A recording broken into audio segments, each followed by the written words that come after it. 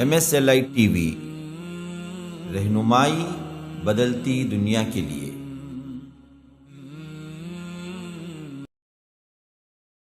السلام علیکم ورحمۃ اللہ وبرکاتہ۔ ان الحمد للہ نحمده ونستعینه ونستغفره ونؤمن به ونتوکل علیہ ونعوذ باللہ من شرور انفسنا ومن سیئات اعمالنا، من يهده اللہ فلا مضل له ومن يضلل فلا هادی له، واشهد ان لا الہ الا اللہ وحدہ لا شریک له، واشهد ان محمدا عبده ورسوله اما بعد، فان خیر الحدیث کتاب اللہ، وخیر الهدی هدی محمد صلی اللہ علیہ وسلم، وشر الامور محدثاتها وکل محدثۃ بدعہ وکل بدعۃ ضلالہ وفی روایۃ وکل ضلالۃ فی النار۔ فاعوذ باللہ السمیع العلیم من الشیطان الرجیم من ہمزہ ونفثہ ونفخہ۔ یا ایہا الذین آمنوا لا تتخذوا آباءکم واخوانکم اولیاء ان استحبوا الکفر علی الایمان ومن یتولہم منکم فاولئک هم الظالمون۔ اللہم ارنا الحق حقا وارزقنا اتباعہ وارنا الباطل باطلا وارزقنا اجتنابہ۔ اللہم علمنا ما ينفعنا وانفعنا بما علمتنا وارزقنا علما۔ رب اشرح لی صدری ویسر لی امری واحلل عقدۃ من لسانی یفقہوا قولی۔ اس اللہ کے نام سے ابتدا جس کے ناموں کی کوئی انتہا ہی نہیں۔ ولو ان ما فی الارض من شجرۃ اقلام والبحر یمدہ من بعدہ سبعۃ ابحر ما نفدت کلمات اللہ۔ اس ذات اقدس پر کروڑوں درود و سلام ہوں جو تمام جہانوں کے لیے رحمت للعالمین بن کے آئے تھے۔ اللہم صلی علی محمد وعلی آل محمد کما صلیت علی ابراہیم وعلی آل ابراہیم انک حمید مجید، وبارک علی محمد وعلی آل محمد کما بارکت علی ابراہیم وعلی آل ابراہیم انک حمید مجید۔ برادران اسلام، واجب الاحترام بزرگوں، دوستوں، عزیز ساتھیوں، لائق احترام ماؤں اور بہنوں، دورہ ترجمہ قرآن جو اللہ تبارک و تعالیٰ کے فضل و کرم سے ہفتہ واری طور پر MSLI لائیو ٹی وی کے ذریعے نشر ہو رہا ہے، اس میں آپ سب کا پرخلوص استقبال۔ ابھی جو آیت میں نے پڑھی یہ سورہ توبہ کی 23ویں آیت ہے، اور سورہ توبہ سورہ نمبر 9 ہے۔ گزشتہ کے درس میں ہم نے سورہ توبہ کے 22 آیات کا مطالعہ کر لیا تھا، جس میں شروع میں اللہ تبارک و تعالی نے ان کفار و مشرکین کے سلسلے میں گفتگو کیا جنہوں نے اللہ کے رسول صلی اللہ علیہ وسلم کی 18 سال کی محنت، اس کے باوجود بھی اسلام قبول نہیں کیا تھا، اور مکہ فتح ہو جانے کے باوجود بھی ابھی تک ان لوگوں نے اللہ کے رسول صلی اللہ علیہ وسلم کی اطاعت کو قبول نہیں کیا، تو انہیں فرمایا گیا کہ اب دراصل صرف 4 مہینے کی مہلت ہے، اس کے اندر اندر تمہیں اسلام قبول کرنا ہوگا یا جزیرۃ العرب کو چھوڑ دینا ہوگا۔ پھر ان لوگوں سے قتال کرنے پر اللہ تبارک و تعالی نے بتایا کہ کتنا اہم اور کتنا بڑا ثواب ہے۔ اصحاب رسول اللہ صلی اللہ علیہ وسلم کو اس معاملے میں ابھارا اور بتایا کہ یہ وہ وقت ہے جس میں کبھی بھی پیچھے نہیں رہنا ہے، بلکہ اللہ کے رسول صلی اللہ علیہ وسلم کے حکم پر لبیک کہتے ہوئے ان مشرکین مکہ کو جہاں بھی یہ 4 مہینے کے بعد پائے جائیں ان سے قتال کرو، بلکہ ان کو ائمۃ الکفر جو ہوں گے ان کا قتال کرو۔ اور اسی طرح آگے بڑھتے رہے تو اللہ تبارک و تعالی نے جنگ کے میدان سے جو عمدن یا یوں سمجھو کہ ڈر اور خوف کے مارے پیچھے بھاگتے ہیں، ان کی سزا اللہ تبارک و تعالیٰ کے نزدیک اس کا کتنا بڑا گناہ ہے۔ اور اسی طرح ڈٹ جانے پر رب العالمین ان کے لیے کتنا بڑا اجر عظیم تیار کر کے رکھا ہے۔ یہ تمام باتیں آ چکی ہیں۔ اب جو آیت میں نے تلاوت کی ہے یہ بھی دراصل اسی پس منظر میں کہ ایمان کے لیے سب کچھ چھوڑا جا سکتا ہے، لیکن کسی کے لیے خواہ وہ تمہارے بھائی باپ اور کتنے قریبی رشتہ دار کیوں نہ ہو، ایمان کو نہیں چھوڑا جا سکتا۔ اس پختگی کے اندر آپ کا ایمان ہونا چاہیے۔ تو وہاں سے اب خطاب ہو رہا ہے، اسی تسلسل اور تناظر میں آپ دیکھیے کہ فرمایا کہ یا ایھا الذین آمنوا، اے لوگو جو ایمان لائے ہو، لا تتخذوا آباءکم، دیکھو تمہارے باپوں کو نہ بناؤ، و اخوانکم، اور تمہارے بھائیوں کو، اولیاء، دوست، کب؟ ان استحبوا الکفر علی الایمان، وہ ترجیح دیں، وہ محبوب رکھیں کفر کو ایمان پر، ایمان کے مقابلے میں کفر ترجیح ہو جائے، کفر سے محبت کریں، اور یہ کرنے والا تمہارا باپ کیوں نہ ہو۔ باپ کا مطلب صرف باپ نہیں ہے، یہاں دونوں جنس ہے، باپ ماں کیوں نہ ہو۔ اسی طرح فرمایا کہ بھائی اخوانکم، تمہارے بھائی کیوں نہ ہو، بھائی کا مطلب صرف بھائی نہیں ہے، بھائی بہن کیوں نہ ہو۔ اگر وہ ترجیح دے رہے ہیں کفر کو ایمان کے مقابلے میں تو پھر ان کو دوست نہ بناؤ، تمہارے اندر ان سے کوئی تعلق نہیں ہونی چاہیے، کوئی دلی طور پر ان کی دوستی نہیں ہونی چاہیے، خواہ وہ تمہارے ماں باپ اور بھائی بہن کیوں نہ ہو۔ وَمَن يَتَوَلَّهُم مِّنكُمْ فَأُولَٰئِكَ هُمُ الظَّالِمُونَ، جو کوئی اس کو نہیں اپنائے گا، پیٹ پھیرے گا، روگردانی کرے گا، دوست بنائے گا، کافر ہیں لیکن میرے ماں باپ ہیں جی، کافر ہیں میرے بھائی بہن ہیں جی، تو دوست بنائے گا، تو اللہ تعالیٰ کہتا ہے کہ تم میں سے جو کوئی اس حکم کو نہیں مانیں گے، روگردانی کریں گے، اللہ کے حکم کے باوجود انہیں دلی دوست بنائیں گے، فرمایا فَأُولَٰئِكَ هُمُ الظَّالِمُونَ، ایسے ہی لوگ ہیں ظالم۔ آگے فرمایا کہ قل، اے اللہ کے رسول صلی اللہ علیہ وسلم کہہ دیجئے، ان کان آباؤکم، اگر خواہ وہ تمہارے باپ کیوں نہ ہو، اور اس میں مخالف جنس مائیں بھی شامل ہیں، وَأَبْنَاؤُکم، تمہارے بیٹے کیوں نہ ہوں، ساتھ میں بیٹیاں بھی شامل ہیں، وَإِخْوَانُکم، تمہارے بھائی کیوں نہ ہوں، بہنیں بھی شامل ہیں، وَأَزْوَاجُکم، تمہارے شوہر کیوں نہ ہوں، بیویاں بھی شامل ہیں، وَعَشِيرَتُکم، تمہارے رشتہ دار، اور وَأَمْوَالٌ اقْتَرَفْتُمُوهَا وَتِجَارَةٌ تَخْشَوْنَ کَسَادَهَا، فرمایا کہ وہ مال جو تم نے بڑی محنت سے اس کو کمایا ہے، وَتِجَارَةٌ تَخْشَوْنَ کَسَادَهَا، اور وہ مال، وہ تجارت، وہ بزنس جس کی کساد بازاری کا تمہیں خوف ہے،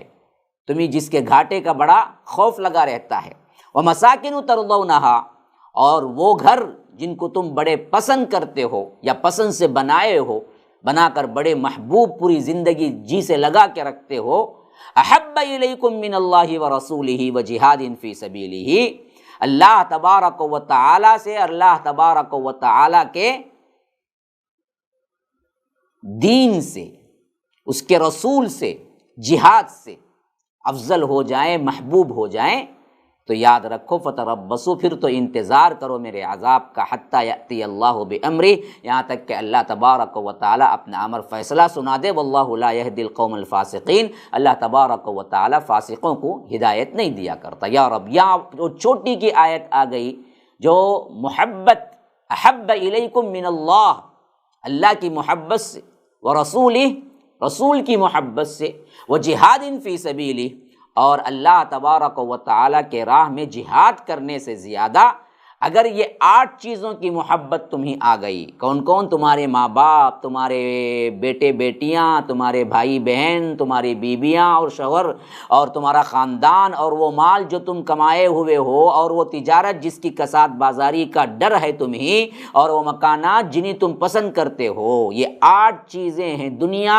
یہ دنیا اگر محبوب ہو جائے اللہ اور اس کے رسول اور اللہ کے راہ میں جہاد کرنے سے زیادہ تم کو یہ دنیا محبوب ہو جائیں، تو یاد رکھو پھر تو انتظار کرو، اللہ تبارک و تعالی تمہیں عذاب بیچ کے کہیں نیست و نابود نہ کر دے، واللہ لا یہدی القوم الفاسقین، کہ اللہ تبارک و تعالی فاسق لوگوں کو ہدایت نہیں دیا کرتا۔ ان 2 آیات میں گزشتہ مضمون کا پورا خلاصہ بیان کر دیا گیا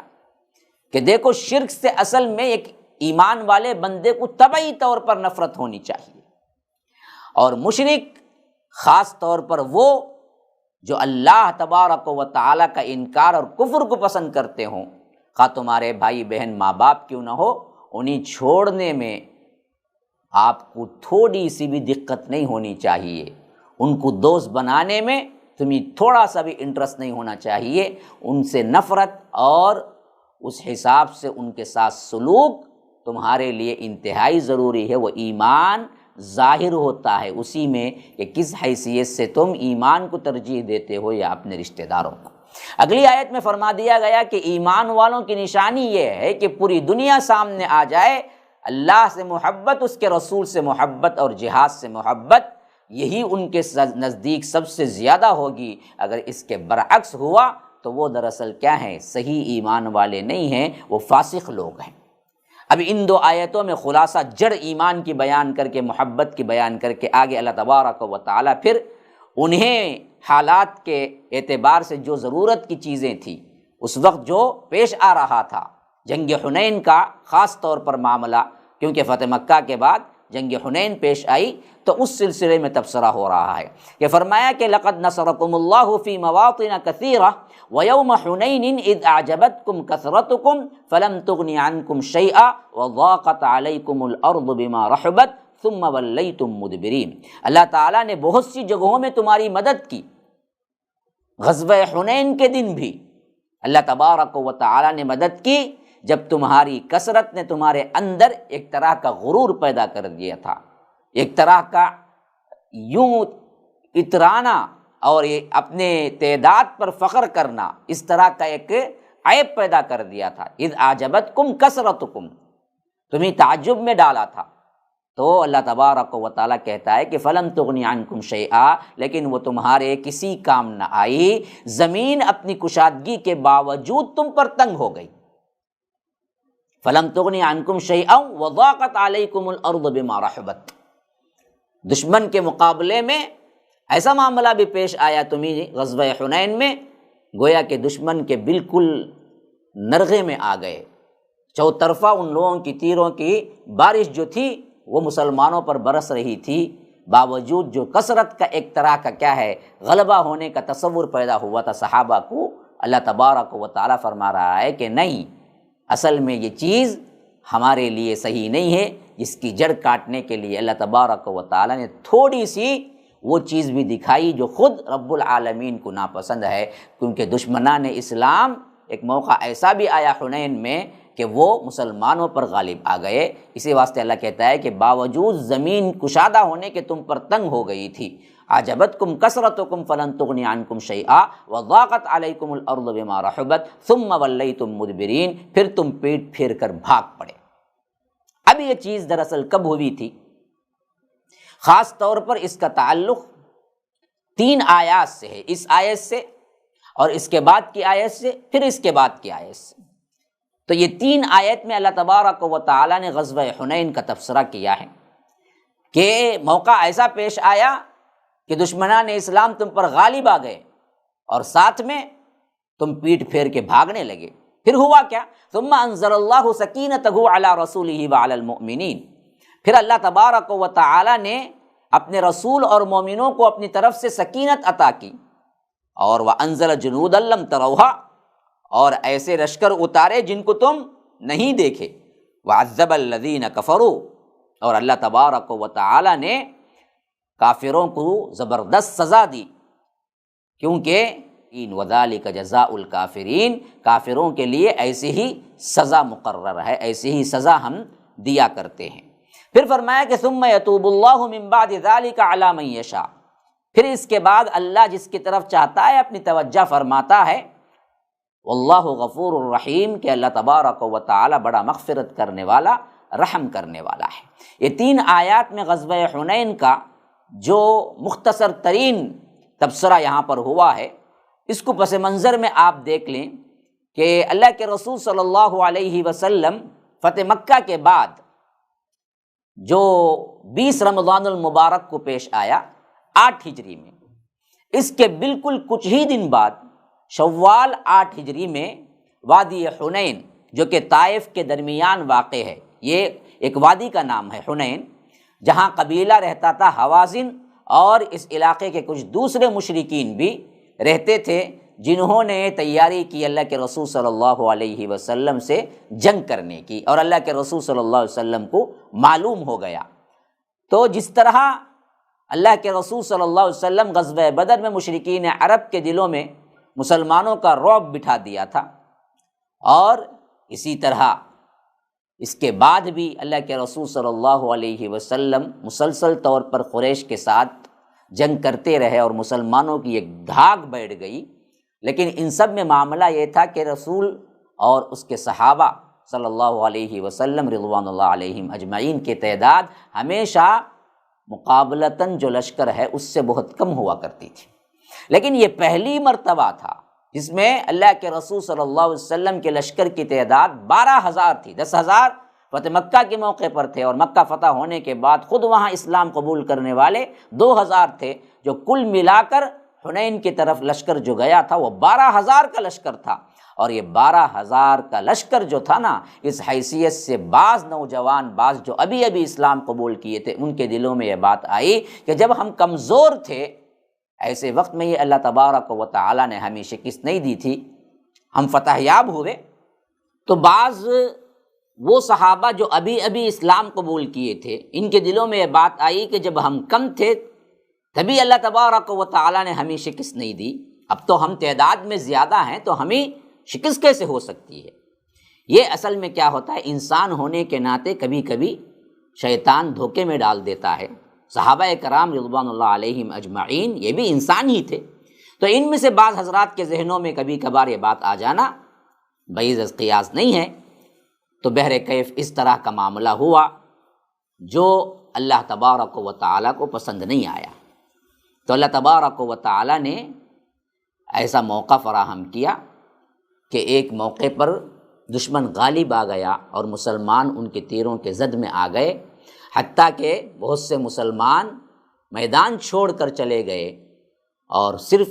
اللہ کے رسول صلی اللہ علیہ وسلم کے ارد گرد روایتوں میں آتا ہے کہ 100 افراد ہی رہ گئے تھے 12,000 کے لشکر میں، اور اللہ کے رسول صلی اللہ علیہ وسلم نے اس وقت خطاب کر کے کہا کہ لوگو میں ادھر ہوں، ادھر آؤ، انا النبی لا کذب، دیکھو میں نبی ہوں، اس میں کوئی بھی جھوٹ نہیں ہے، اور میں عبد المطلب کا بیٹا ہوں۔ یہ کہہ کر اللہ کے رسول صلی اللہ علیہ وسلم نے ہمت بندھائی، پھر وہ لوگ پلٹے اور جم کر مقابلہ کیا، تو اللہ تبارک و تعالیٰ نے انہیں فتح سے نوازا، اور اللہ تبارک و تعالیٰ نے ان کی توبہ بھی قبول کی۔ یہی بات تھی جو ان 3 آیات میں اللہ تبارک و تعالیٰ نے فرمایا۔ پھر اس کے بعد اب بات آ رہی ہے خاص طور پر اس خطبے کی طرف جس میں اللہ کے رسول صلی اللہ علیہ وسلم نے مکہ فتح ہونے کے بعد 9 ہجری کے قریب جب حج کا زمانہ آیا اور صدیق اکبر کو امیر حج بنا کے بھیج بھی چکے تھے، لیکن اس کے بعد حضرت علی کو وہ خاص آیات دے کر بھیجا جو وہ بھی نازل ہوئی تھی، جس میں فرما دیا گیا کہ مشرکین ناپاک ہیں، اس کے بعد وہ مسجد حرام میں داخل نہ ہوں۔ ان آیات کا سلسلہ شروع ہو رہا ہے۔ فرمایا کہ یا ایھا الذین آمنوا انما المشرکون نجس فلا يقربوا المسجد الحرام بعد عامهم هذا وان خفتم عیلۃ فسوف یغنیکم اللہ من فضلہ ان شاء ان اللہ علیم حکیم، کہ فرمایا کہ اے ایمان والو بلا شبہ مشرکین ناپاک ہوتے ہیں، اس لیے اس سال کے بعد وہ مسجد حرام کے قریب بھی نہ آئیں، اور اگر تمہیں محتاجی کا ڈر ہے تو اللہ تبارک و تعالی اپنے فضل و کرم سے بہت جلد ہی تمہیں دولت مند بنا دے گا، غنی کر دے گا، بے شک اللہ خوب سننے والا اور خوب جاننے والا، خوب حکمتوں والا ہے۔ یہ آیت بھی دراصل 9 ہجری میں نازل ہوئی جب اللہ تعالیٰ نے مسلمانوں کو حکم دیا کہ وہ مشرکین کو مسجد حرام میں داخل ہونے سے روک دیں، اور یہ بات اس واسطے ہوئی کہ جب مکہ اللہ کے رسول صلی اللہ علیہ وسلم کے زیر قیادت آ گیا 8 میں، اب یہ 9 کا ایک حج ایسا تھا جس میں اللہ کے رسول خود تو شریک نہیں ہوئے تھے، صدیق اکبر کو بھیجا تھا، اور بعد میں جب یہ آیت نازل ہو گئی تو اللہ کے رسول صلی اللہ علیہ وسلم نے حضرت علی کے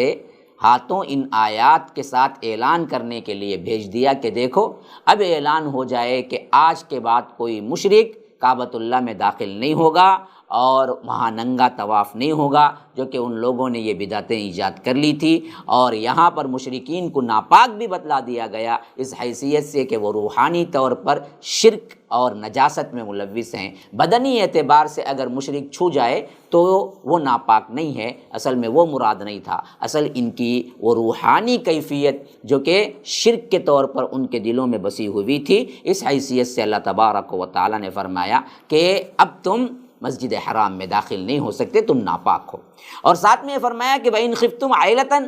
فَسَوْفَ يُغْنِيكُمُ اللَّهُ مِنْ فَضْلِهِ إِنْ شَاءَ، اگر تمہیں مفلسی کا ڈر ہے تو عن قریب اللہ تمہیں غنی کر دے گا۔ یہ بات کیوں آئی؟ یہ بات اس واسطے آئی کہ بعض لوگوں کے دلوں میں یہ بات آئی کہ اگر مشرکین مکہ یا اطراف و اکناف کے لوگ حج کے لیے نہیں آئیں گے تو جو ہمارا بہت بڑا تجارتی میلہ جیسا لگتا ہے، بہت بڑی تجارت ہوتی ہے پورے سال کی، اس میں تو بہت کمی آ جائے گی، لوگوں کو کیا ہے صرف مسلمانوں کو ہی کیا ہے داخلہ ملے، پھر تو عرب کے جو اطراف و اکناف سے لوگ آتے ہیں، جو اتنی بڑی تجارت ہوتی ہے، وہ تو رک جائے گی۔ تو اللہ نے کہا کہ نہیں، بلکہ اور بڑھے گی، اللہ اس کو اور پھیلائے گا۔ صرف یہاں پر یہ بات نہیں ہے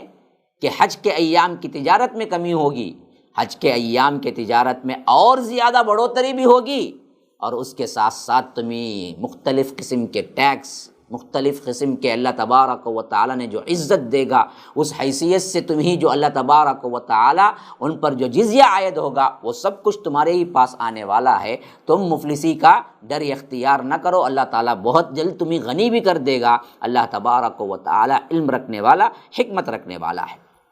اب اس کے بعد خاص طور پر رخ وہاں ہو رہا ہے کہ اب تک کا جو معاملہ تھا وہ مشرکین عرب سے قتال کا اور کفار سے قتال کا تھا، اور اسی تسلسل سے مدینہ کے اندر جو قومیں آباد تھی اور جنہوں نے ہتھیار اٹھائے ان سے قتال کا تھا۔ لیکن اب یہ عمومی بات تھی کہ اہل کتاب سے بھی قتال ضروری ہو چکا تھا، کیونکہ یہ وہ زمانہ تھا جس میں اللہ کے رسول صلی اللہ علیہ وسلم کو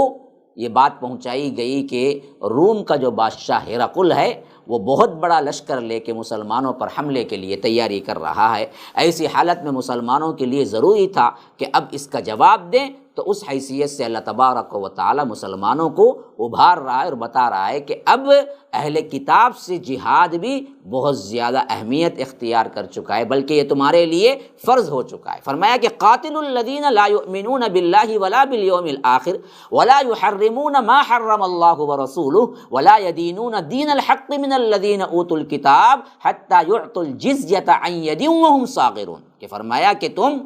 قتال کیوں نہیں کرتے، ان اہل کتاب سے جنگ کیوں نہیں کرتے؟ کرو جنگ ان سے جو نہ اللہ پر ایمان رکھتے ہیں، نہ آخرت کے دن پر ایمان رکھتے ہیں، نہ جس چیز کو اللہ نے اور اس کے رسول نے حرام کیا ہے اس کو وہ حرام سمجھتے ہیں، نہ دین حق کو قبول کرتے ہیں، یہاں تک کہ وہ ذلیل و خوار ہوتے ہوئے اپنے ہاتھ سے جزیہ دے دیں۔ دیکھیے وہاں فرمایا فسوف یغنیکم، یہ چھوٹے موٹے نقصان سے نہ ڈرو،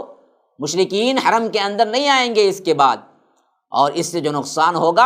اگر تمہیں مفلسی کا ڈر ہے تو اللہ بہت جلد غنی کر دے گا۔ اور یہاں اس آیت میں اشارہ دے رہا ہے کہ دیکھو اہل کتاب سے لڑو، یہ وہ لوگ ہیں جو اللہ پر ایمان رکھتے ہیں، نہ اس کے رسول پر ایمان رکھتے ہیں، نہ اللہ تبارک و تعالیٰ نے جس کو حرام کیا ہے اس کو حرام سمجھتے ہیں، نہ دین حق کو قبول کرتے ہیں۔ اگر ان سے لڑو گے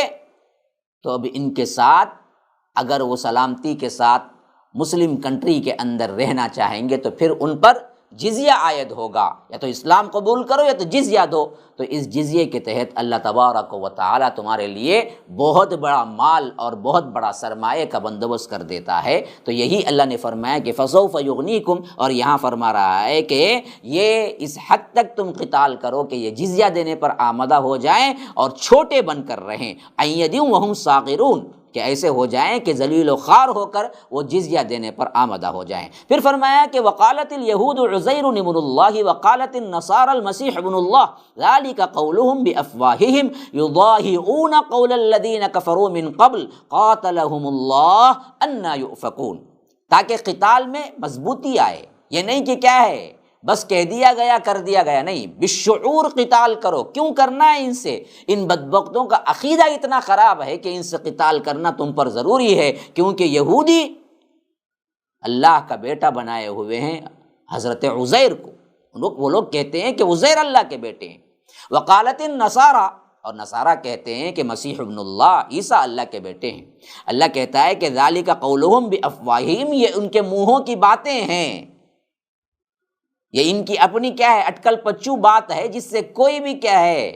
صحیح طور پر ثابت نہیں ہے۔ نہ اللہ نے عزیر کو بیٹا بنایا، نہ اللہ نے مسیح کو بیٹا بنایا۔ یہ سب منہ کی بکواس ہے جو ان لوگوں کے قول کی مشابہت اختیار کرتے ہیں جنہوں نے ان سے پہلے کفر کیا تھا۔ ذالک قولہم بافواہہم یضاہئون قول الذین کفروا من قبل، جیسے پچھلے مشرکین، پچھلے فرقے گمراہ ہو کر جس طرح اپنے اپنے بے سند باتیں بنا لیے، اسی طرح ان بدبختوں نے بھی کیا ہے ان کی پیروی میں یہ باتیں بنا لیے ہیں، مشابہت اختیار کر لی ہے۔ حقیقت نہ عزیر اللہ کے بیٹے ہیں، نہ عیسیٰ اللہ کے بیٹے ہیں۔ قاتلہم اللہ، اللہ کی مار ان پر، انا یؤفکون، یہ کہاں سے پھیرے جاتے ہیں۔ اتنا سب کچھ دیکھ لینے کے باوجود بھی شرک پہ کیسے اندھے منہ گرتے چلے جاتے ہیں۔ یہ ہے ان کا عقیدہ۔ اللہ کے رسول صلی اللہ علیہ وسلم تمہیں کہ اب قتال کے لیے ان سے نکلو، خصوصیت کے ساتھ اہل کتاب سے۔ اور ان لوگوں کا معاملہ اتنا بگڑ چکا ہے مذہبی اعتبار سے، پہلا تو وہ بتا دیا تھا جس میں فرمایا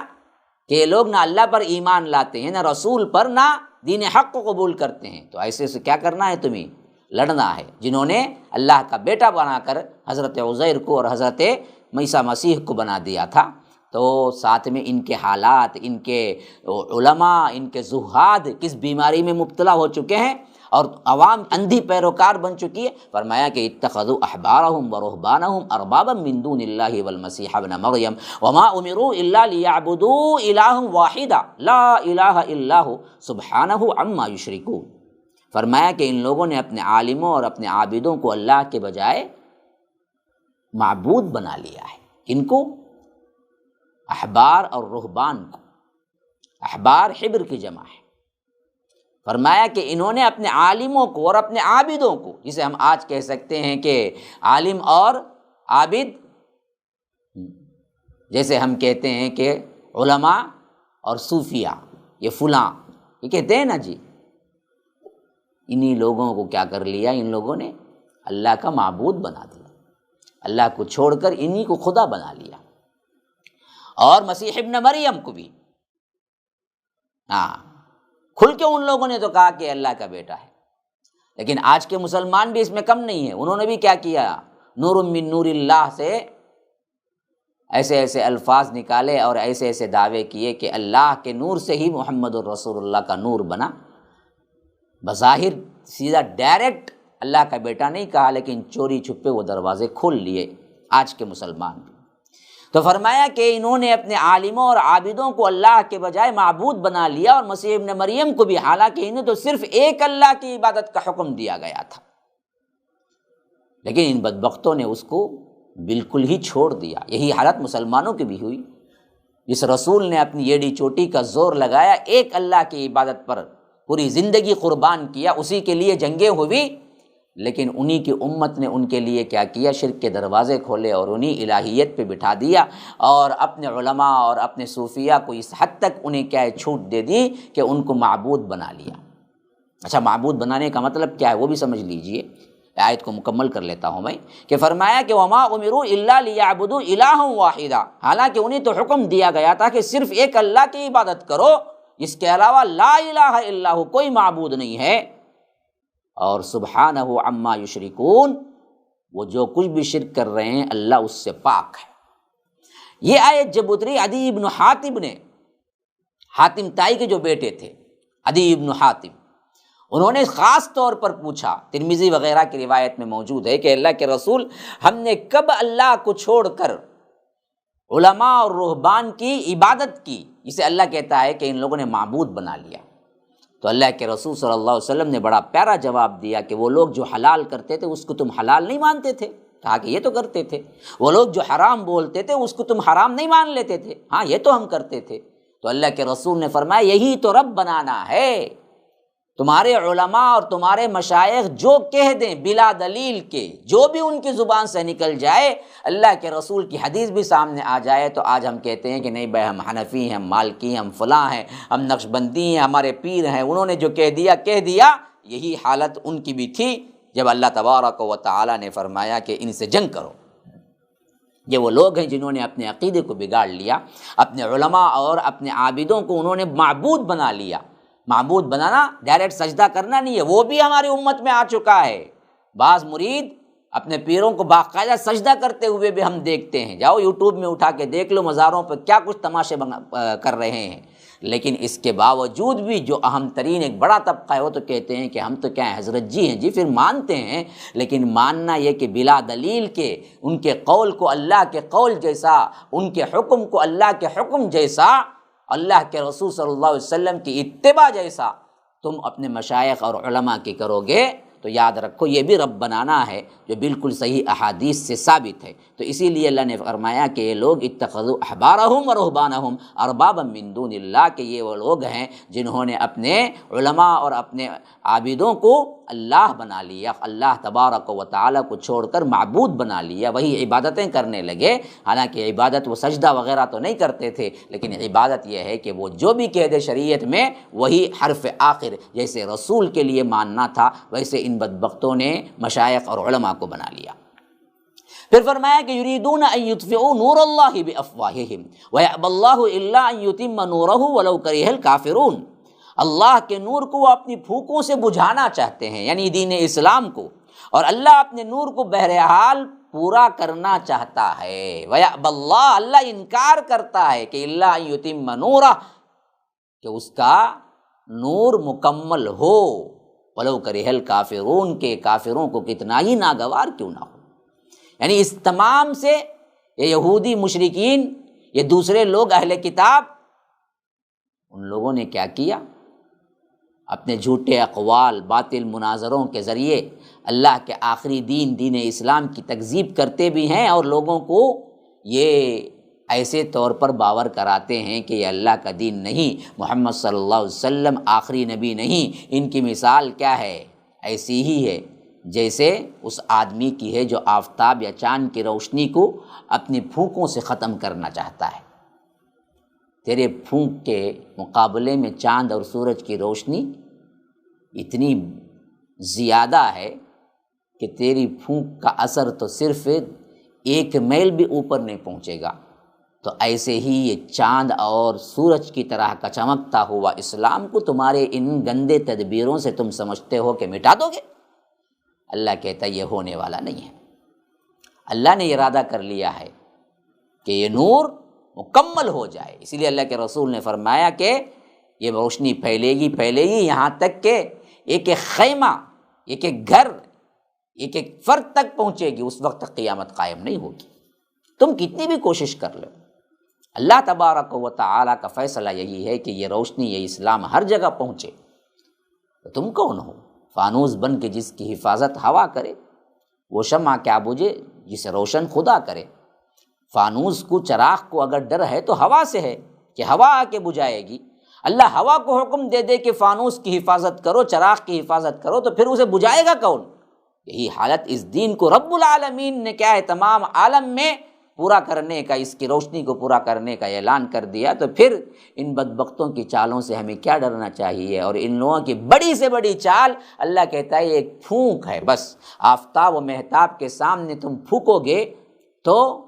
کچھ نہیں ہوگا، بلکہ الٹا اگر اس میں تھوک ہو تو وہ تمہارے اوپر ہی آ کر گندا کرے گا تم کو بعینی ہی۔ اسی طرح اس اسلام کی مضبوطی کے مقابلے میں تمہاری کوئی بڑی سے بڑی چالیں، خواہ وہ امریکہ ہو، خواہ وہ برطانیہ ہو، خواہ وہ کوئی اور ہو، خواہ وہ کوئی اور ہو، خواہ وہ حکومتیں ہوں، تم کچھ بھی کر لو، یاد رکھو یہ اسلام نہ مٹے گا، نہ مٹنے کے لیے آیا ہے۔ اس کا اتمام ہونا ابھی باقی ہے، جب تک کہ خیمے خیمے گھر گھر نہیں پہنچ جائے گا، یہ دراصل یہاں سے نہیں مٹے گا۔ اور جب تک یہ رہے گا تب تک ہی انسان رہیں گے۔ جب یہاں سے دین اسلام اٹھ جائے گا تو پھر تو کیا ہے، کوئی خواہ وہ مسلمان ہو یا غیر مسلم، کوئی اس دنیا میں باقی نہیں رہے گا، اللہ قیامت قائم کر دے گا۔ تو فرمایا کہ هو الذی ارسل رسولہ بالہدی ودین الحق لیظہرہ علی الدین کلہ ولو کرہ المشرکون۔ وہ اللہ کی ذات جس نے اپنے رسول کو ہدایت اور دین حق دے کر بھیجا ہے تاکہ اسے دنیا کے تمام ادیان پر غالب کرے، اگرچہ مشرکین کو کتنا ہی ناگوار کیوں نہ ہو، وہ کتنا ہی نہ چاہیں۔ ہم نے یہ طے کر دیا ہے کہ اس نور کو اتمام کر کے چھوڑیں گے، اور جس رسول کو ہم نے ہدایت کے لیے دین حق دے کر بھیجا، ارسل رسولہ بالہدیٰ، ہدایت کے ساتھ ہم نے ان کو بھیجا، اور ساتھ میں دین حق پوری زندگی گزارنے کا نمونہ دے کر بھیجا۔ اس واسطے نہیں کہ چند سال رہ جائے اور غائب ہو جائے، چند دشمنان اسلام آئے اس کو نیست و نابود کر دیں، نہ نہ نہ، اللہ کہتا ہے کہ ہرگز بھی نہیں، بلکہ یہ اتمام ہو کر رہے گا، لیظہرہ علی الدین کلہ، اتمام ہی نہیں ہے بلکہ تمام دینوں پر غالب آئے گا، ولو کرہ المشرکون، مشرکوں کو کتنا ہی ناگوار کیوں نہ ہو۔ اب پھر بات تسلسل سے وہیں آ رہی ہے جو یہود و نصارہ کے بگاڑ اور ان کے عوام اور علماء کے بگاڑ کا معاملہ تھا۔ فرمایا کہ ایک ان کا بگاڑ یہ بھی تھا کہ یا ایھا الذین آمنوا، اے لوگو جو ایمان لائے ہو، ان کثیرا من الاحبار والرہبان لیأکلون اموال الناس بالباطل ویصدون عن سبیل اللہ والذین یکنزون الذہب والفضة ولا ينفقونها فی سبیل اللہ فبشرہم بعذاب علیم، کہ فرمایا کہ اے لوگو جو ایمان لائے ہو، بہت سے علماء اور بہت سے گرجوں کے پجاری لوگ مال ناجائز کھاتے ہیں اور اللہ کے راستے سے روکتے ہیں،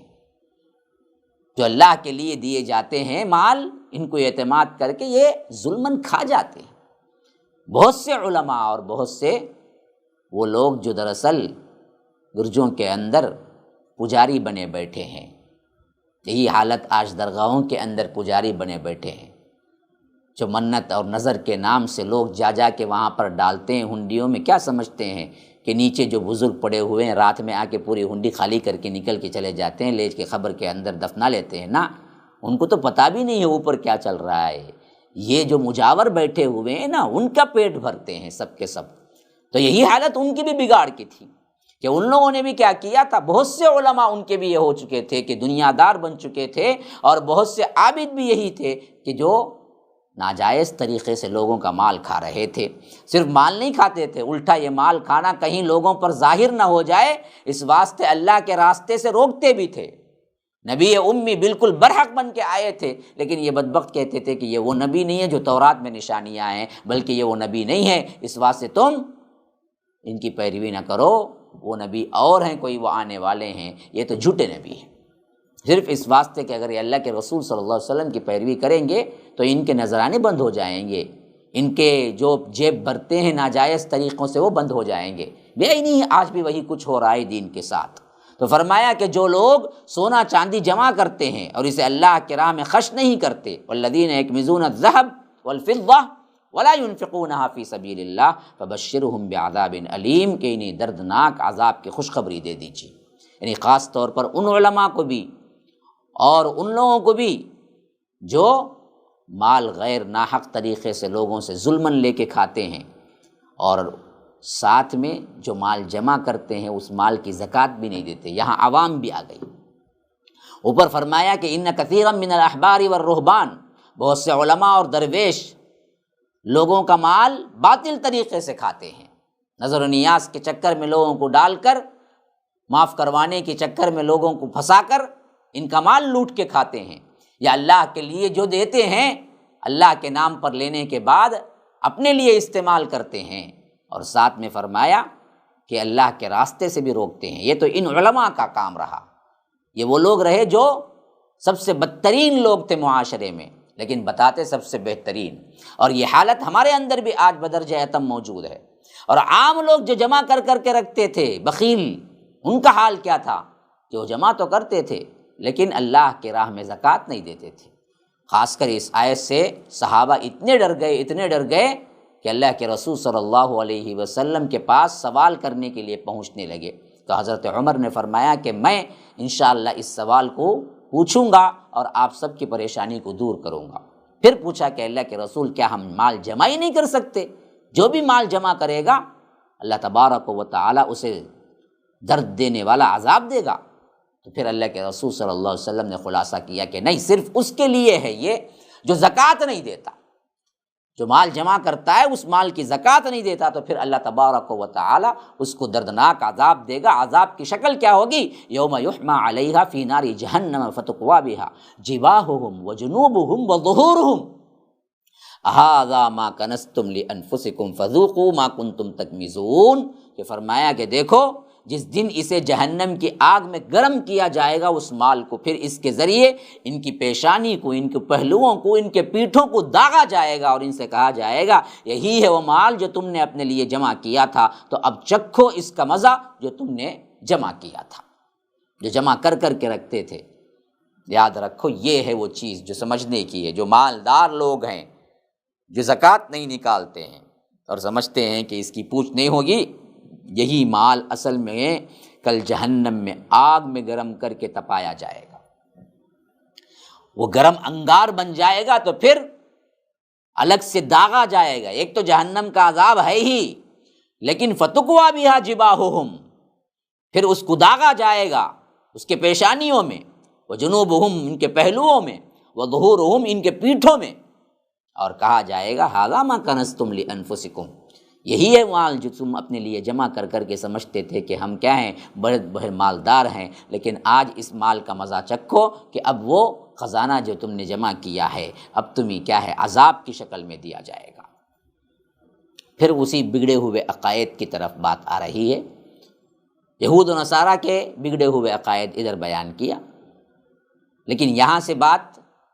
مشرکین مکہ کے اندر کی جو بگڑے ہوئے عقائد تھے اس بارے میں بھی بات ہو رہی ہے۔ فرمایا کہ ان عدت الشہور عند اللہ 12 شہرا فی کتاب اللہ یوم خلق السماوات والارض منها 4 حرم ذلک الدین القیم فلا تظلموا فیہن انفسکم وقاتلوا المشرکین کافۃ کما یقاتلونکم کافۃ واعلموا ان اللہ مع المتقین،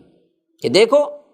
جس دن اللہ تبارک و تعالیٰ نے آسمانوں اور زمین کو پیدا کیا اسی دن سے اللہ کے نزدیک اس کتاب میں مہینوں کی تعداد 12 ہے، اور ان میں سے 4 حرمت والے مہینے ہیں، اور یہی صحیح دین ہے، بس تم اس کے بارے میں ان کے بارے میں اپنے آپ پر ظلم نہ کرو، اور تم مشرکوں سے اکٹھے ہو کر جنگ کرو جیسے وہ تم سے اکٹھے ہو کر جنگ کرتے ہیں، اور جان لو کہ اللہ بے شک تقوی والوں کے ساتھ ہے۔ یعنی فرما رہا ہے کہ اللہ تبارک و تعالیٰ کے سب سے اہم ترین بات جو ان کے اندر بگاڑ ہوا تھا وہ کیا تھا کہ مہینوں کے اندر یہ لوگ اپنے طور پر زیادتیاں کرتے تھے، اونچ نیچ کرتے تھے، کسی مہینے کو کسی حرام مہینے سے ملاتے تھے، کسی حلال مہینے کو کسی حرام سے بنا لیا، اور کسی حرام کو کسی حلال سے کر لیا۔ اس طرح یہ اپنے لحاظ سے مہینوں کی ترتیب کو بدلتے تھے، جو کہ یہ بہت بڑی ایک عقائد کی کمزوری اور ایک عقائد کی بات تھی، جو کہ ان کے لحاظ سے اس کے لیے وہ سمجھتے تھے کہ معمولی بات ہے، اللہ کے نزدیک یہ عقیدے کا معاملہ تھا۔ اسی لیے فرمایا کہ دیکھو اللہ نے جب اس کائنات کو بنایا اسی وقت سے کتاب میں یہ بات لکھ دی کہ سال کے 12 مہینے ہوں گے، یوم خلق السماوات والارض منها 4 حرم، اور ان 12 مہینوں میں 4 مہینے جو 3 مہینے مسلسل آتے ہیں، ذی القعدہ، ذی الحج، محرم، اور 1 مہینہ درمیان میں آتا ہے رجب، یہ 4 مہینے اصل میں محترم ہیں۔ 3 مہینوں میں تو حج ہوتا ہے، اور یہ 1 مہینہ جو ہے رجب کا، اس میں عمرہ ہوتا ہے مخصوص طور پر اس زمانے کے لحاظ سے، جس کو اللہ نے بھی کیا کیا، محترم مہینے بنایا، اور فرما رہا ہے کہ اللہ تبارک و تعالیٰ یہ محترم مہینے آج سے نہیں ہیں، بلکہ اللہ نے جب دنیا کائنات کو بنایا اسی دن سے محترم ہے۔ تو اس کے احترام میں سب سے اہم ترین چیز کیا ہے، فلا تظلموا فیہن انفسکم، ایک دوسرے پر ظلم نہ کرو۔ اور اس طرح جنہوں نے اس عقیدے کو، اس معاملے کو بگاڑا، وقاتلوا المشرکین کافہ، تم سب کے سب مل کر ان سے قتال کرو، جیسے یہ بھی باطل کے اندر رہتے ہوئے متحد ہو کے مسلمانوں کے خلاف کارروائیاں کرتے ہیں۔ وَاعْلَمُوا أَنَّ اللَّهَ مَعَ الْمُتَّقِينَ، کہ جان لو کہ اللہ تبارک و تعالی متقیوں کے ساتھ ہے، متقی لوگوں کے ساتھ ہے۔ انہوں نے کیا غلطی کی وہ اس آیت میں آ رہا ہے، انما النسیء زیادۃ فی الکفر یضل بہ الذین کفروا یحلونہ عاما ویحرمونہ عاما لیواطئوا عدۃ ما حرم اللہ فیحلوا ما حرم اللہ زین لهم سوء اعمالہم واللہ لا یہدی القوم الکافرین، کہ فرمایا کہ بے شک نسی، مہینوں کا آگے پیچھے کرنا کفر میں زیادتی ہے۔ انما النسیء زیادۃ فی الکفر، ہاں یہ دراصل کفر ہے ان کا، جو رب نے اوپر فرمایا کہ ان عدت الشہور، اللہ کے نزدیک 12 مہینے ہیں سال کے، یہ مقرر ہو گئے کائنات کے بناتے وقت، اور ان میں 4 مہینے محترم ہیں۔ ان میں انہوں نے کفر جو کیا وہ کیا تھا، وہ تھا نسی۔ نسی کا مطلب کیا ہے، مہینوں کا آگے پیچھے کر دینا۔ ہاں، اس کے ذریعے کافروں کو گمراہ کیا جاتا ہے۔ زیادۃ فی الکفر یضل بہ الذین کفروا، ان لوگوں نے کیا کیا، اس کے ذریعے سے کافروں کو گمراہ کیا اور زیادہ آگے بڑھا کفر میں، اور وہ لوگ کسی خاص مہینے کو اس کے سال ایک سال حلال بنا لیتے ہیں اور دوسرے سال اسی کو حرام بنا لیتے ہیں، تاکہ اللہ نے جو مہینے حرام کیے ہیں ان کی تعداد میں موافقت کر لیں، اور اللہ نے جو مہینے حرام بنائے ہیں انہیں حلال بنا لیں۔ ان کے برے اعمال ان کے لیے خوشنما بنا دیے گئے ہیں، اور اللہ کافروں کو ہدایت نہیں دیتا۔ یعنی مسئلہ یہ تھا کہ ان لوگوں نے یہ جو حرام مہینے تھے، 3 مہینے ایک ساتھ آتے تھے، اور ان کے فطرت کے اندر خونخواری، ظلم، زیادتی اس حد تک رچ بس گئی تھی کہ 3 مہینے قتل و غارت گری کے بغیر وہ خاموشی سے گھر نہیں بیٹھ سکتے تھے۔ تو انہوں نے کیا کیا کہ ان 3 مہینوں میں 2 مہینے تو بنا لیا، اور محرم کو کہا کہ بھائی اس سال محرم، یہ جو ذی الحج ہے اس کے بعد جو آنے والا محرم ہے وہ نہیں ہے، بلکہ یہ کیا ہے، سفر ہے، پھر اس کے بعد ہم اگلے سال جب آئے گا تب ہم اس کو تبدیل کر لیں گے، اس وقت محرم بنا لیں گے۔ اس طرح مہینوں کے اندر الٹ پھیر کر کے حلال کو حرام بناتے تھے، حرام کو حلال بناتے تھے، جبکہ یہ حلال حرام بنانے کا اختیار صرف اور صرف اللہ تبارک و تعالیٰ کے ہیں۔ تو اللہ تعالیٰ کہتا ہے کہ یہی چیز تھی جس کی وجہ سے یہ کفر میں اور زیادہ آگے چلے گئے، اور اس حیثیت سے یہ لوگ مار دھاڑ، قتل، غارت گیری، ایک دوسرے پر ظلم کرنے کے راستے کو اور زیادہ آسانی کے ساتھ اس کے اندر حملہ کرتے تھے، اور اس حیثیت سے کفر بھی کرتے تھے، ساتھ ظلم بھی کرتے تھے، جبکہ ان کو فرمایا گیا کہ ان مہینوں کے اندر ظلم نہ کرو، تو یہ ظالم لوگ اور زیادہ ظلم کرنے لگے۔ تو اللہ تبارک و تعالی فرماتا ہے کہ یہ سب کرنا ان کے لیے شیطان نے گویا کہ خوبصورت بنا دیا۔ ایک تو ظلم کر رہے ہیں، حرام مہینوں کو توڑ رہے ہیں، قتل و غارت گری کر رہے ہیں، پھر بھی احساس نہیں، سمجھتے ہیں کہ اچھا کام کر رہے ہیں۔ جیسے آج کے بھی کیا ہیں، بہت سے وہ لوگ جو کہ ظلم و زیادتی ان کی گھٹی میں پڑ گئی، ظلم و زیادتی کر کے خوش ہوتے ہیں۔ کئی لوگ وہ خاموش نہیں بیٹھ سکتے، اذیت دے کے خوش ہوتے ہیں۔ تو یہ حالت کیا ہے، زین لہم سوء اعمالہم، ان کے لیے ان کے اعمال خوبصورت بنا دیے گئے۔ واللہ لا یہدی القوم الکافرین، کہ اللہ تبارک و تعالی کافر قوم کو ہدایت نہیں دیا کرتا۔ پھر یہاں سے کیا ہے، وہ سبق خاص طور پر جو مضمون کے اعتبار سے اہم ترین ہے، توبے کا جو مضمون شروع ہوا تھا، قتال کرو جہاں قتال کی ضرورت ہے، مسلمانوں اس معاملے میں پیچھے نہ رہو، وہ مضمون بڑے شد و مت کے ساتھ آ رہا ہے، کیونکہ تبوک کے غزوے کا، جو کہ غزوہ تو نہیں ہوا ہے لیکن بہت بڑی جنگ کے لیے تیاری ہوئی تھی، اب اس کے لیے مسلمان تیار ہونا تھا، لیکن منافقوں کے لیے بہت بڑا چیلنج تھا، کیونکہ شدید ترین گرمی کا زمانہ تھا، اور مقابلہ 100-200 سے نہیں تھا، 2 لاکھ سے تھا۔ سب سے بڑی قوم جو تھی اس وقت کے روم، اس سے مقابلہ تھا۔ تو جو کمزور ایمان اور جہاد سے کنی کتراتے تھے، ان کے لیے تو یہ بہت بڑا آزمائش کا موقع تھا۔ یہ لوگ بدبخت خود بھی رک رہے تھے، دوسروں کو بھی روکنے کے لیے عجیب و غریب بہانے لا کے صحابہ اور عام مسلمانوں کے سامنے رکھ رہے تھے۔ تو اللہ تبارک و تعالی نے اس پر بڑی سخت گفتگو فرمائی ہے۔ یہاں سے وہ گفتگو شروع ہوئی، فرمایا کہ یا ایھا الذین آمنوا ما لکم اذا قیل لکم انفروا فی سبیل اللہ ثاقلتم الی الارض ارضیتم بالحیاۃ الدنیا من الآخرہ فما متاع الحیاۃ الدنیا فی الآخرۃ الا قلیل، کہ فرمایا کہ اے ایمان والو، تمہیں کیا ہو گیا ہے جب تم سے کہا جاتا ہے کہ اللہ کی راہ میں جہاد کے لیے نکلو تو تم بھاری ہو کر زمین سے لگے جاتے ہو، ثاقلتم من الارض، تم کیا ہے بیٹھ جاتے ہو، نکلنے کے لیے تیار نہیں ہوتے ہو۔ اور بظاہر خطاب یا ایھا الذین آمنو کا ہے، لیکن یہاں پر اصل میں تنبیہ ان منافقین کو ہے جو بھیس بدل کر ایمان والوں میں شامل ہوئے، کیونکہ الگ سے اللہ نے ان پر جب بھی تنبیہ کی ہے یا ایھا المنافقون وہاں استعمال نہیں کیا ہے، وہاں یا ایھا الذین آمنو کے خطاب کے ساتھ ہی تنبیہ کی، تاکہ وہ پہچان لیے جائیں اچھی طرح کہ اگر یہ ایمان والے ہونے کے باوجود یہ صفات والے لوگ ہیں تو وہ اصل میں منافق ہیں۔ تو یہاں پر صحابہ پر نہیں ہے، صحابہ تو ہمیشہ اپنی جان نچھاور کرنے کے لیے تیار ہوتے تھے۔ یہ ان منافقین سے خطاب ہے جو ہیلے بہانے کر رہے تھے۔ تو اللہ نے فرمایا کہ تم جہاد کے لیے جب بھی نکلنے کا اعلان ہوتا ہے، کہا جاتا ہے، تو تمہاری حالت یہ ہوتی ہے کہ تم زمین سے چمٹ جاتے ہو۔ آخر کیا وجہ ہے؟ رضیتم بالحیات الدنیا من الآخرہ، کیا تم آخرت کے بدلے دنیا کی زندگی پر راضی ہو گئے ہو؟ اگر ایسی بات ہے کہ آخرت کے مقابلے میں دنیاوی زندگی کا فائدہ ہی بہت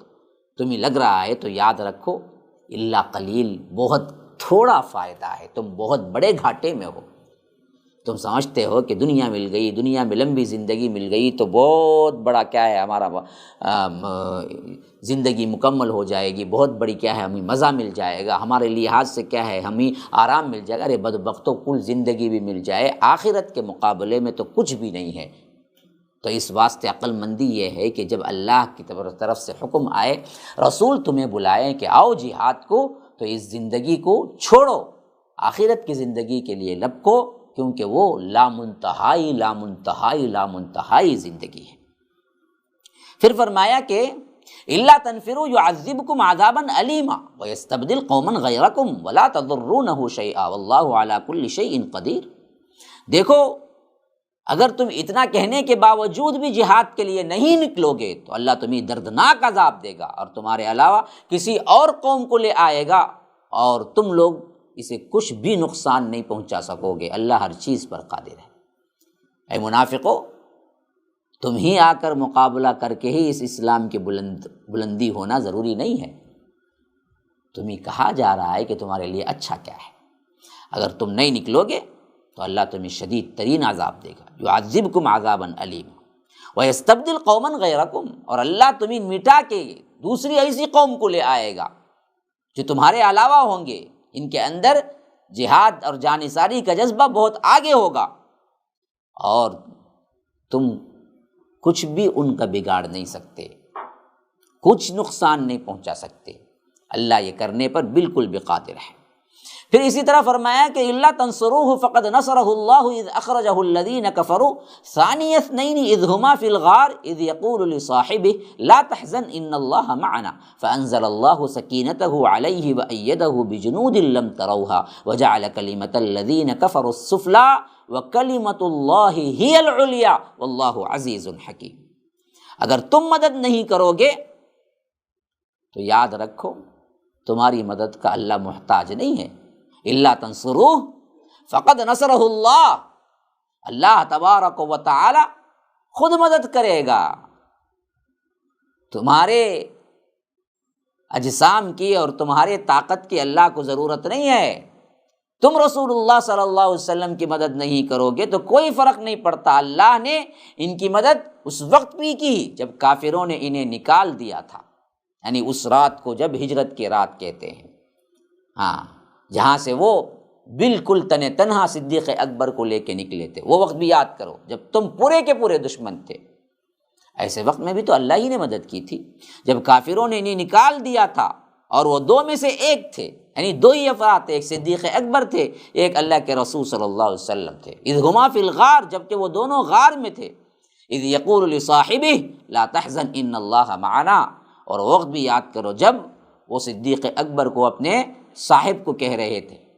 جب انہوں نے دیکھا کہ مشرکین مکہ ڈھونڈتے ڈھونڈتے ڈھونڈتے غار کے سرانے پہ پہنچ گئے ہیں۔ روایتوں میں آتا ہے کہ صدیق اکبر نے کہا اللہ کے رسول صلی اللہ علیہ وسلم سے کہ اللہ کے رسول، اگر وہ صرف اپنے چہرے کو نیچے کر لیں گے، نظریں نیچے کر لیں گے تو ہم کو دیکھ لیں گے۔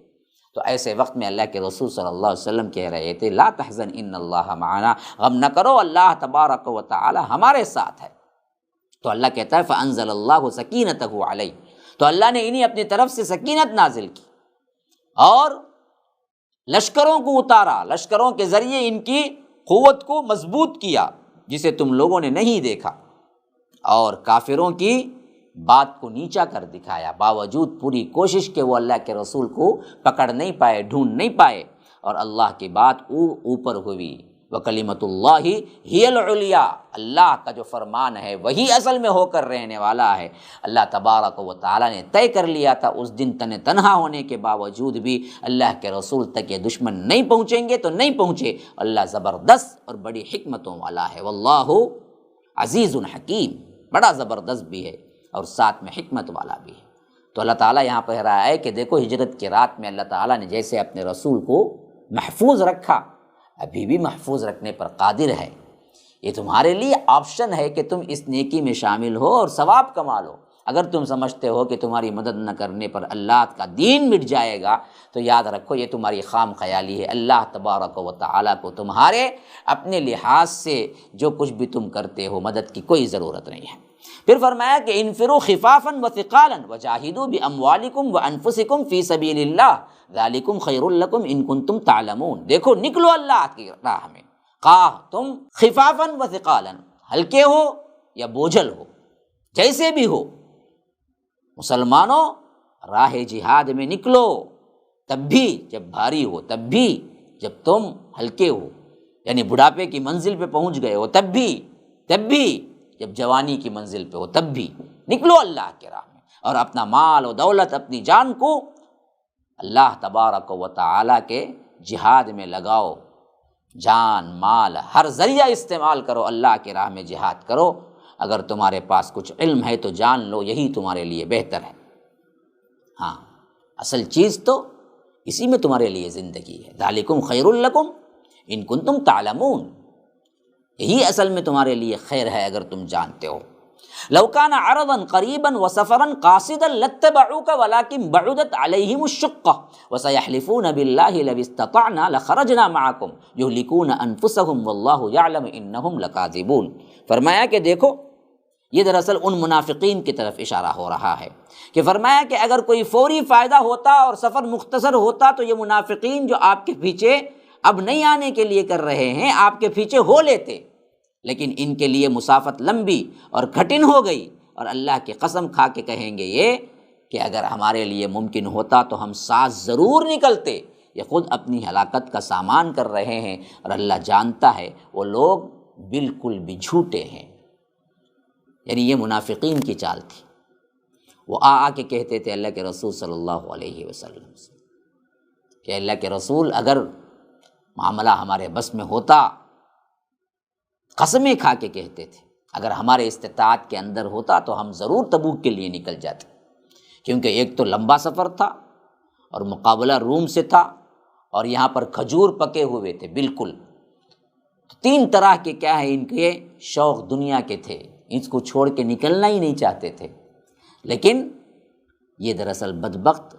ان بہانے کے بنانے کے بجائے آ کے کہتے تھے ہماری استطاعت میں نہیں ہے، اگر ہوتا تو ہم ضرور نکلتے، ہم آپ کے ساتھ ہوتے، جھوٹ بولتے تھے۔ اللہ تعالیٰ کہتا ہے کہ اصل معاملہ یہ نہیں تھا، اگر یہ دور کا سفر جو ہے وہ مختصر ہوتا، لو کان عرضا قریبا وسفرا قاصدا، اور سفر مختصر ہوتا، فوری فائدہ بھی ملنے کا کیا ہے اندیشہ ہوتا، چھوٹا لشکر ہے، غنیمت ملنے کا اندیشہ ہوتا، اور جانے کا راستہ مختصر ہوتا تو یہ ضرور بالضرور بغیر کوئی عذر کے اللہ کے رسول کے ساتھ سفر میں آ جاتے، لیکن یہ جان لیے سفر لمبا ہے، دشمن بہت زبردست بہادر ہے، روم سے لڑنا ہے، اور یہ لمبی مسافت ہے، اور یہ کٹھن مرحلہ ہے بہت بڑا، تو یہاں سے پاس ہونا تو صرف اہل ایمان کا کام ہے نا جی، بڑے دل گردے کا کام ہے نا۔ تو یہ آ کے کیا کرنے لگے، قسمیں کھانے لگے اللہ کے رسول سے، اور کہنے لگے کہ اگر ہماری استطاعت میں ہوتا تو ہم ضرور نکلتے آپ کے ساتھ۔ اللہ تعالیٰ کہہ رہا ہے کہ یہلکون انفسکم، یہ دراصل اپنے ہی آپ کو کیا ہے ہلاک کر رہے ہیں کہہ کے۔ واللہ یعلم انہم لکاذبون، کہ اللہ تعالیٰ جانتا ہے کہ یہ لوگ جھوٹ بول رہے ہیں۔ یہاں تک معاملہ وہ ہو گیا جہاں یہ منافقین کی کارکردگیاں اس طرح کے جھوٹ موٹ کہہ کے ان لوگوں نے کیا کیا، جنگ سے رک گئے اور اللہ کے رسول تبوک کے لیے نکل گئے۔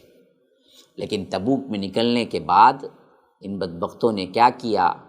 اور پھر اللہ کے رسول صلی اللہ علیہ وسلم نے ان لوگوں نے جب بھی ایکسکیوز پوچھا اللہ کے رسول اپنے رحم کرم اخلاق کی وجہ سے ان کو ایکسکیوز دیا، جس کو رب نے بھی اصل میں ایک پیاری تنبیہ کے ساتھ فرمایا کہ ایسا نہیں کرنا چاہیے۔ یہ تمام مرحلہ انشاءاللہ اگلے درس میں آئے گا، تب تک کے لیے اجازت دیجیے۔ ھذا وباللہ التوفیق وصلی اللہ وسلم علی نبینا محمد۔ اسأل اللہ لی ولکم ولسائر المسلمین من کل ذنب فاستغفروہ انہ هو الغفور الرحیم۔ والسلام علیکم ورحمۃ اللہ وبرکاتہ۔